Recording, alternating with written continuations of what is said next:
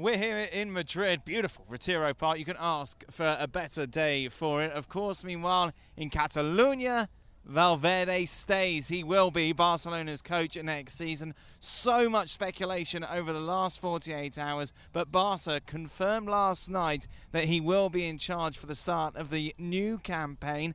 This news surprised you, Gab? Well, look, I said that obviously Bartomeu came out afterwards, and he said, no, he's staying.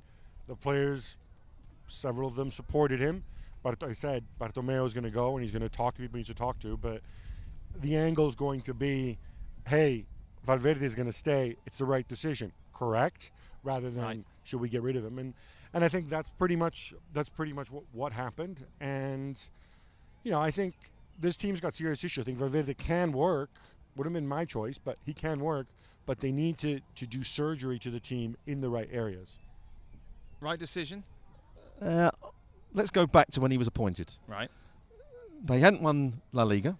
They hadn't won the Champions League. Neymar was leaving. Everybody said this was going to be a weak Barcelona side. They were going to struggle for years to come, or maybe 3 or 4 years. He won La Liga twice. He was more pragmatic in his approach. They played some decent football. He got the best out of Messi. And I thought some of the decisions he made were right tactically. But he had 3 bad games, 3 terrible games. The one against Roma, the one against Liverpool, and in the Copa del Rey final.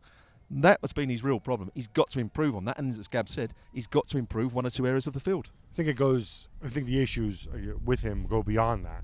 There's also the handling of Coutinho, where you can either believe he's just a terrible player and it's all Coutinho's fault, or to some degree you have to argue about him finding a place in the team. There's the issue with the backing up of Luis Suarez. Now, he wanted to sign Carlos Vela as a backup striker, and then it didn't happen, and then they ended up with Kevin Prince Boateng, and that was a failure. And you can blame the board, and the board deserves the recruitment. But equally, a manager with the right personality can impose himself and get his way, and he's not been able to do that. And so you're saying he's a bit of a yes man to the board? Maybe yes man's too strong a word, but it's difficult to imagine him accepting certain situations that he accepted. And then you go back, obviously, to those 3 games. Those weren't just bad days at the office. They were terrible days. Those were absolute disasters. And particularly the one against Liverpool, because the only way that they could lose the game against Liverpool is to play into Liverpool's hands by trying to play at the back, trying to keep the ball in their own third. Liverpool press the ball, and as soon as you do that at Anfield and Liverpool win it back, it gets the crowd going, it gets the team up, and that's the wrong approach, and he got that wrong at Liverpool. You talk about surgery that Barcelona need. A lot of additions needed in the summer. What should be their main focus? I think they've certainly got to work on the midfield area. Right. They've got to have creativity there, but they've also got to be difficult to play around. And in certain games, haven't been difficult to play around.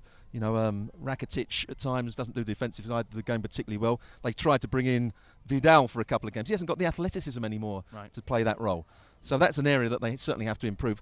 And they've got to get the best, as Gab said, out of Coutinho if he stays. Because playing him on the left-hand side, it's a position that he played at Liverpool at times, on the left-hand side, coming in field to try and play off the front. He didn't do it particularly well. They've got to get the best out of him.